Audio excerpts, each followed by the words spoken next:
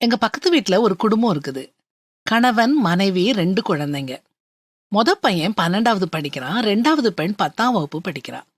அவங்க வீட்ல கேபிள் கனெக்ஷனை கட் பண்ணிட்டு, டிவிய தூக்கி ஒரு மூலையில வச்சுட்டாங்க. நியூஸ் பேப்பர் வாங்குறத நிப்பாட்டிட்டாங்க. 2 பிள்ளைகளுக்கும் காலையில 6 மணில இருந்து டியூஷன். அப்புறம் ஸ்கூல் விட்டு வந்த உடனே வேற பாடத்துக்கு டியூஷன். ராத்திரி இன்னொரு டியூஷன். அதுக்கப்புறம் வீட்டுக்கு வந்து ஹோம்ஒர்க் செய்யணும்.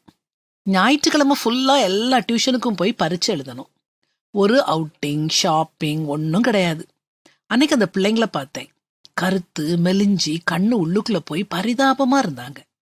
உங்க வீட்லயும் பப்ளிக் எக்ஸாம் எழுத போற பிள்ளைங்க இருக்கலாம். நீங்களும் அவங்கள இப்படி கஷ்டப்படுத்துறீங்களா?